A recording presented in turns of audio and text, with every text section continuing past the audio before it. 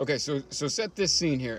This picturesque Colorado mountain home, ski in, ski out, big windows overlooking the mountains and the valleys, several feet of snow. This home, it's all wood, beautiful. Not necessarily a log home, but very high end.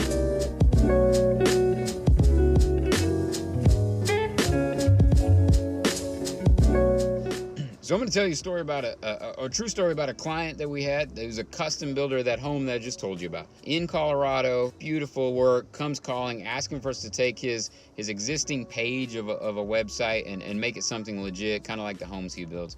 Very custom design, very custom built. Project goes well, finish, we design, we deliver, everybody's happy, pay the bill, all good. So a couple of weeks go by and we get this call. It's the client. He's kind of apprehensive and he wants to talk, and he says he wants to make some changes to his website. He's decided that he wants to make the majority of his website purple, like Barney the dinosaur purple, like the type of website you might ask for if you're opening an all-girls preschool, or you're starting selling wine in Napa, something like that.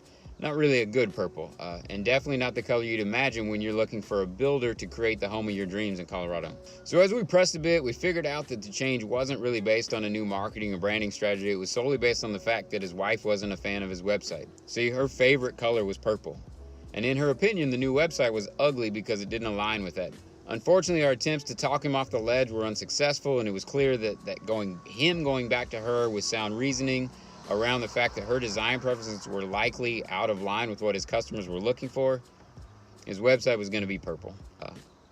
They're no longer a client of ours, and frankly, I'm not even sure if they're still in business. I guess that's the way it goes. So I don't tell you that story to shame the client, but I tell you more so to shed some light on how often we let our personal biases get in the way of meeting the needs of others. There's a scene in a fairly old movie, 2001 I think, that has stuck with me for years, and I've used this example with clients on multiple occasions. While it was mildly entertaining back then, it wasn't Gone with the Wind or anything like that. I'm talking about a David Spade classic called Joe Dirt. The movie itself isn't anything you have to rush out and watch, and it by no means is loaded with groundbreaking thought leadership type stuff, but there is this scene where the main character, Joe Dirt, this mullet sporting, muscle car driving, fog hat listening guy, comes across a Native American fellow with a roadside fireworks stand. The scene is one where Joe stops at the stand and wants to buy fireworks from this vendor, but he's in awe that this stand has a very limited selection of fireworks, of which Joe seems to really be quite knowledgeable. You're gonna stand there owning a fireworks stand and tell me you don't have no whistling bungholes,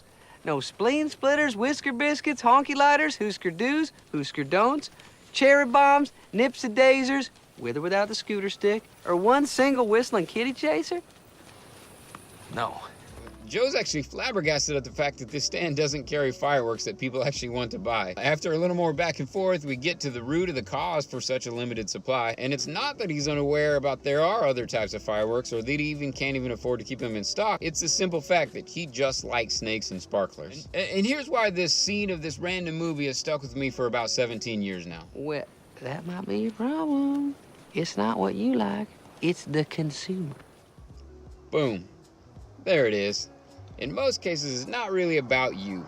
It's about the consumer. It's about the customer, about the target market. It's not about you. It's not even about your wife's favorite color or the fact that you think feature X is the coolest feature in your product when feature Y is really what your users care about. Granted, as with most things, this doesn't work for every situation. Maybe what you're creating is something people don't even know they need right now, or maybe there's just one client you're dealing with who really doesn't get it. I've been there. If nothing else, I think this is about having a mindset that you're open and willing to communicate with your client to try and get on the same page about meeting their goals and needs. As a company that develops digital products, we see it almost daily. I think my users should love the latest and greatest social media sharing tool we just built them. But you know really what got them excited this week?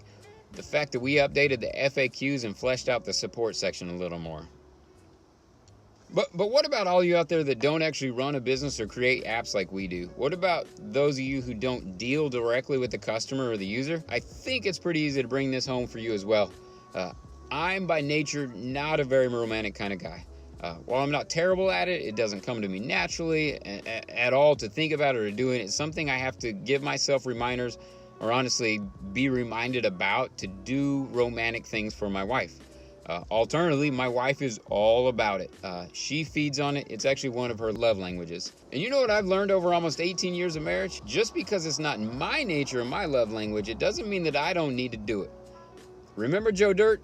It's all about the consumer. So I'm still not great at it, but if I didn't pay attention to it, I'd only ever sell her snakes and sparklers because that's what I like. She needs more than snakes and sparklers. It's about the consumer.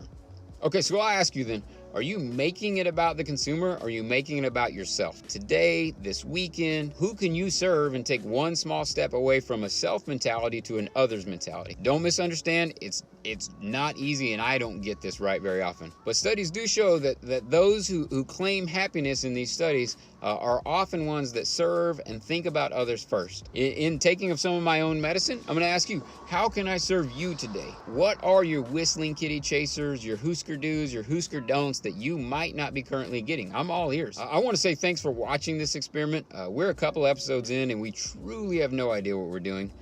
If you enjoyed this, I'd love for you to subscribe so that you get notified as we drop more videos, or I'd love if you share it with your friends and family. Whatever it is that we're doing, it's been fun so far. We've actually really loved your feedback.